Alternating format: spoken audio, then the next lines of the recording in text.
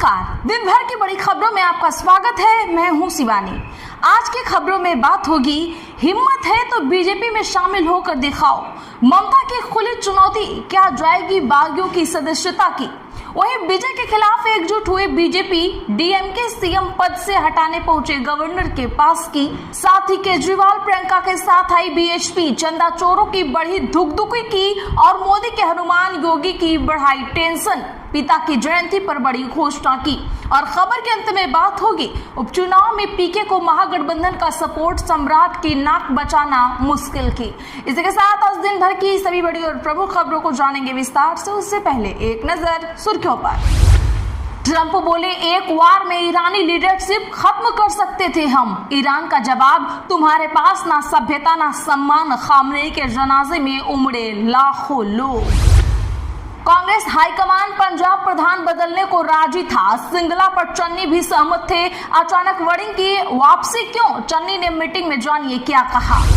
संविधान के 2 नियम, जनगणना वाला पेच, लोकसभा सीटों को 850 करने में एनडीए को कहां दिक्कत, जानेंगे विस्तार से। भरत एनकाउंटर के दौरान एसडीएम वहां क्या कर रहे थे? अशोक चौधरी बोले, रक्षक जब भक्षक बनेंगे तो महादेव उसका इलाज करेंगे। मां बोली, आमरण अनशन करूंगी मैं। ब्रजेश पाठक के घर लंच पर पहुंचे योगी आदित्यनाथ और नितिन नवीन। केशव भी रहे मौजूद। साथ बैठकर आम खाया। भाजपा अध्यक्ष की राजभर और निषाद से हुई मीटिंग। सरकार ने एलएनजी सप्लाई पर लगी रोक हटाई। अमेरिका और ईरान जंग रुकने से स्टेट ऑफ होर्मुज़ से शिपमेंट शुरू। इससे इंडस्ट्रीज को काफी राहत मिलेगी। प्रशांत किशोर बांकीपुर से लड़ेंगे विधानसभा उपचुनाव। नितिन नवीन के गढ़ में बीजेपी को देंगे टक्कर। जानिए बीजेपी से कौन हो सकता है उम्मीदवार। 650 करोड़ के दवा घोटाले पर आपका वार। संजय सिंह ने सीएम रेखा गुप्ता स्वास्थ्य मंत्री से मांगा इस्तीफा। ईडी सीबीआई कार्रवाई पर उठाए सवाल। भाजपा सांसद समित पात्रा के नाम पर हो रही ठगी, क्या आपके पास भी पहुंचा मैसेज? आपने पंजाब कांग्रेस पर टिकट बेचने के लगाए आरोप। पन्नू बोले, डिफेंडर के बदले टिकटें बची, अब हेलीकॉप्टर तक पहुंच सकती है बात। 20 जुलाई से शुरू होगा बिहार विधानमंडल का मानसून सत्र। सम्राट सरकार के 100 दिन पूरे होने को पहला मानसून सत्र, 5 बैठकें होंगी। आरजेडी के स्थापना दिवस के बीच यूरोप गए तेजस्वी यादव। लालू का पार्टी कार्यकर्ताओं को संदेश, बोले राजद केवल चुनाव लड़ने वाली मशीन नहीं। राम मंदिर दान घोटाला को लेकर मोहन भागवत की 2 टूक, कहा हर पापी को मिले सख्त सजा। बच्चों के डिप्रेशन पर भी जताई चिंता। प्रशांत किशोर बांकीपुर से जनसुराज प्रत्याशी। भाजपा के सामने खुद उतरे सीएम भी निशाने पर। सिंधिया बोले, शिवपुरी में बने हथियार दुश्मन का सीना चीरेंगे। जीत अडानी बोले, एमपी में 1,20,000 नौकरियां देंगे। डिफेंस फैक्ट्री में बनेंगी मिसाइलें।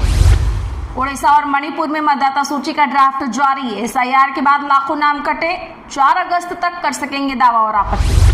एक ही दिन में 6 लोग गड्ढों में गिरे। गुजरात के जूनागढ़ की घटनाएं सीसीटीवी में कैद हुई हैं तस्वीरें। बंगाल में अदानी का बड़ा निवेश न्यू टाउन में बनेगा 2000 बेड का अस्पताल। शुभेंदु अधिकारी का बड़ा ऐलान। तमिलनाडु में क्या टीवी की सरकार गिराने की थी साजिश? पूर्व मंत्री बालाजी और उनके भाई के खिलाफ लुकआउट नोटिस हुआ है जारी।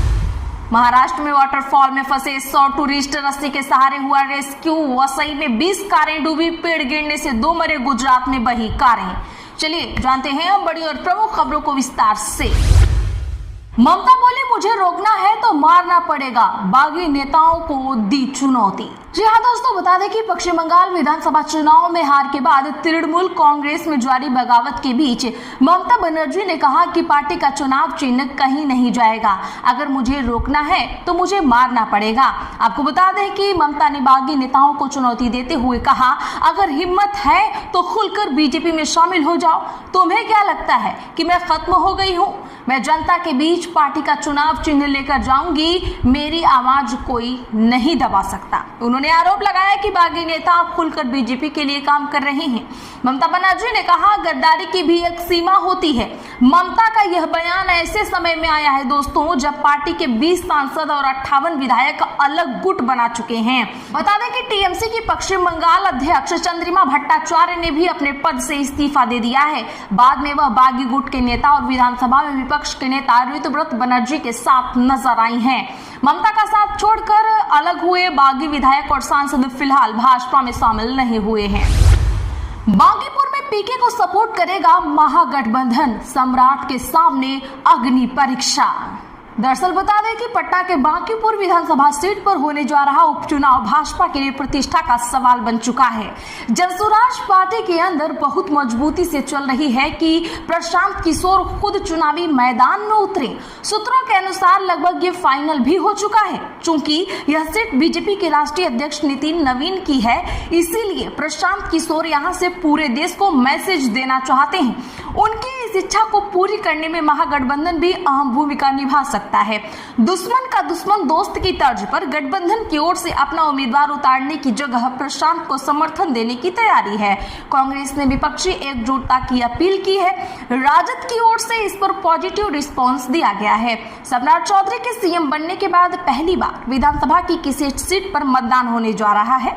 इसे उनके लिए अग्नि परीक्षा के रूप में देखा जा रहा है। कांग्रेस ने भी खुलकर सुझाव दिया है कि अगर प्रशांत किशोर बांकीपुर से चुनाव लड़ते हैं तो महागठबंधन को अपना उम्मीदवार नहीं उतारना चाहिए। सभी विपक्षी दलों को एकजुट होकर उनका समर्थन करना चाहिए ताकि बीजेपी को उसके सबसे मजबूत गढ़ में चुनौती दी जा सके, उसे मुंहतोड़ जवाब दिया जा सके।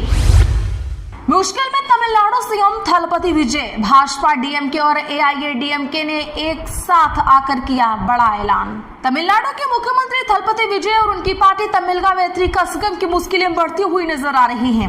आपको बता दें कि राज्य की 3 बड़ी पार्टियों डीएमके, एआईएडीएमके, बीजेपी ने मुख्यमंत्री के खिलाफ मोर्चा खोल दिया है। तीनों पार्टियों के नेताओं ने राज्यपाल विश्वनाथ आर्लेकर के साथ अलग अलग समय पर मुलाकात की और सत्ताधारी पार्टी के ऊपर विधायकों की खरीद फरोख्त के आरोप लगाए। इतना ही नहीं, उन्होंने मुख्यमंत्री विजय के ऊपर सरकारी मशीनरी के गलत उपयोग और राज्य कैबिनेट की मीटिंग में गैर अधिकृत लोगों के प्रवेश का भी आरोप लगा दिया है। राज्यपाल से मिलकर आए डीएमके नेता आरएस भारती ने मीडिया के सामने अपने तर्कों को रखा। उन्होंने जोर देकर कहा कि राज्य की विजय सरकार मशीनरी का गलत उपयोग कर रही है और विधायकों की खरीद फरोख्त करने की कोशिश कर रही है।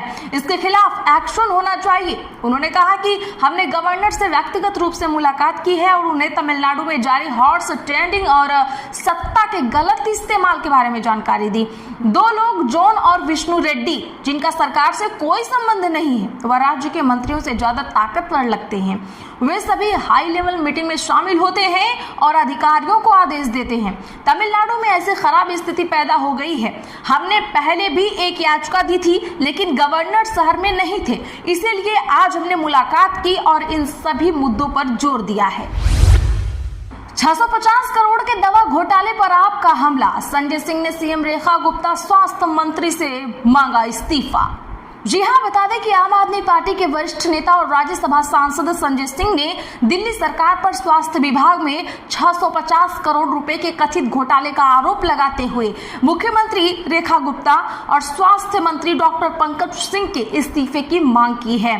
पार्टी मुख्यालय में आयोजित प्रेस वार्ता में उन्होंने कहा कि इतने बड़े मामले के बावजूद ना तो सरकार से जवाब मांगा जा रहा है और ना ही जांच एजेंसियों कोई कार्रवाई कर रही हैं। ना ही एजेंसियां कोई कार्रवाई कर रही हैं। संजय सिंह ने दावा किया कि कथित अनियमितताएं दवा खरीद, ORS packet, portable x-ray machine, radiology उपकरण और अस्पतालों के लिए बेड शीट खरीद से जुड़ी है। उन्होंने आरोप लगाया कि सरकार ने 15,000 अस्पताल बेड के लिए 16 लाख से अधिक बेड शीट खरीदी, जबकि ओआरएस के पैकेट बाजार मूल्य से कई गुना अधिक कीमत पर खरीदे गए। उन्होंने ये भी आरोप लगाया कि करीब 400 करोड़ रुपए की दवा स्थानीय केमिस्टों से खरीदी गई, जिससे सरकारी खजाने को नुकसान हुआ। राम मंदिर चढ़ावा चोरी पर विश्व हिंदू परिषद बोला, केजरीवाल, प्रियंका समेत इन नेताओं से मांगे जाए सबूत। बता दें कि अयोध्या के राम मंदिर में कथित दान घोटाले को लेकर मचे सियासी घमासान के बीच अब बीएचपी ने मोर्चा खोल दिया है। विश्व हिंदू परिषद के अंतर्राष्ट्रीय अध्यक्ष और सीनियर एडवोकेट आलोक कुमार ने अयोध्या के डीएसपी आशुतोष तिवारी को एक आधिकारिक चिट्ठी भेजी है। इस चिट्ठी में उन्होंने विपक्ष के कई बड़े नेताओं के बयानों पर गहरी आपत्ति जताते हुए पुलिस से उनके खिलाफ कड़ा एक्शन लेने की मांग की है। साथ ही उन्होंने मांग की है कि जो विपक्षी नेता राम मंदिर दान चोरी को लेकर आरोप लगा रहे हैं उनसे इसके सबूत मांगे जाएं। आलोक कुमार की इस चिट्ठी ने राजनीतिक गलियारों में हलचल तेज कर दी है। पत्र में जिन प्रमुख नेताओं के बयानों का जिक्र किया गया है उनमें आम आदमी पार्टी के मुखिया अरविंद केजरीवाल, राज्यसभा सांसद संजय सिंह, समाजवादी पार्टी के वरिष्ठ नेता राम गोपाल यादव और कांग्रेस महासचिव प्रियंका गांधी वाड्रा का भी नाम शामिल है। इन सभी नेताओं ने हाल के दिनों में राम मंदिर के चंदे और दान में हेराफेरी को लेकर सोशल मीडिया और मीडिया बयानों के जरिए ट्रस्ट और सरकार पर तीखे वार किए थे। चिराग पासवान ने पिता की जयंती लखनऊ में मनाई, कहा जात पात से दूर यूपी बनाऊंगा। जी हां, बता दें कि केंद्रीय मंत्री चिराग पासवान ने आज दोपहर 2 बजे लखनऊ में अपने पिता और दिवंगत नेता रामविलास पासवान की जयंती मनाई। इस दौरान उन्होंने संकेत दिए कि उनकी लोक जनशक्ति पार्टी यूपी विधानसभा चुनाव 2027 में उतर सकती है। चिराग पासवान ने कहा, आज पहली बार हमारे नेता रामविलास पासवान का जयंती दिवस समारोह यूपी में मनाया जा रहा है। सोच मेरे नेता के विचारों को देश के कोने कोने तक ले जाने की है। 2027 में यहाँ विधानसभा चुनाव होने हैं। पार्टी चाहती है कि हमारी तैयारी ऐसी हो कि हम चुनाव लड़ सकें। गठबंधन पर अंतिम फैसला राज्य इकाई करेगी। चिराग ने अपने संबोधन में कहा, यूपी में विकास, सामाजिक न्याय और युवाओं के मुद्दों को केंद्र में रखकर राजनीति करने की जरूरत है। उनकी पार्टी किसी एक जाति या वर्ग की नहीं बल्कि सर्व समाज की राजनीति में विश्वास रखती है। मैं एक ऐसा उत्तर प्रदेश दूंगा जो जात पात से दूर रहे। मैं अकेले नहीं कर पाऊंगा, मुझे इसमें आप सभी का सहयोग चाहिए। तो दोस्तों, क्या योगी आदित्यनाथ जात पात नहीं खत्म कर पा रहे हैं? कमेंट जरूर करिएगा। आपने पंजाब कांग्रेस पर टिकट बेचने के लगाए आरोप, पन्नू बोले डिफेंडर के बदले टिकटें बटी। जी हां, बता दें कि पंजाब कांग्रेस के अंदर चल रही खींचतान के बाद अब टिकट बिक्री की एंट्री हो गई है। मध्य प्रदेश के एक नेता ने इससे संबंधित बयान दिया है। इसी बहाने आम आदमी पार्टी के महासचिव बलतेज पन्नू ने कांग्रेस को घेरा है। उन्होंने कहा, पिछले पंजाब में डिफेंडर व बड़ी गाड़ियां फॉर्च्यूनर लेकर टिकटें बांटी गई थी। इस बार क्या पता हेलीकॉप्टर लेकर टिकट दे। डिफेंडर से ऊपर अब क्या होगा? उन्होंने बताया कि वह मध्य प्रदेश के एक नेता को सुन रहे थे जिन्होंने प्रेस कॉन्फ्रेंस में ये आरोप लगाया है। उन्होंने कहा कि नवजोत कौर ने कुछ समय पहले सार्वजनिक रूप में आरोप लगाया कि उनके पास 500 करोड़ नहीं है। वहां पर तो 500 करोड़ से चीफ मिनिस्टर का पद मिलता है। 500 करोड़ का अटैची किसने दिया या कितने तैयारी में है? भाजपा सांसद संबित पात्रा के नाम पर हो रही ठगी, क्या आपके पास भी पहुंचा मैसेज? जी हाँ दोस्तों, बता दें कि भाजपा सांसद और पार्टी के राष्ट्रीय प्रवक्ता संबित पात्रा का व्हाट्सएप नंबर कथित तौर पर हैक हो गया है। इस संबंध में जानकारी सामने आने के बाद उन्होंने लोगों से सतर्क रहने की अपील की है। उनका कहना है कि साइबर ठग उनके व्हाट्सएप अकाउंट का दुरुपयोग कर परिचितों और अन्य लोगों को फर्जी संदेश भेज रहे हैं तथा विभिन्न बहानों से पैसों की मांग कर रहे हैं। संबित पात्रा ने बताया कि हैकर्स उनके व्हाट्सएप नंबर का इस्तेमाल कर ऐसे संदेश भेज रहे हैं जिनका उनसे कोई लेना देना ही नहीं है। उन्होंने स्पष्ट किया कि उनके नंबर से आने वाले किसी भी संदिग्ध संदेश, कॉल या आर्थिक लेन देन से जुड़े अनुरोध पर भरोसा न करें। आज के लिए बस इतना ही। ऐसी ही खबरों के लिए चैनल सब्सक्राइब कर लें और बगल में घंटी के निशान को जरूर दबा लें। वीडियो को लाइक और शेयर करना ना भूलें।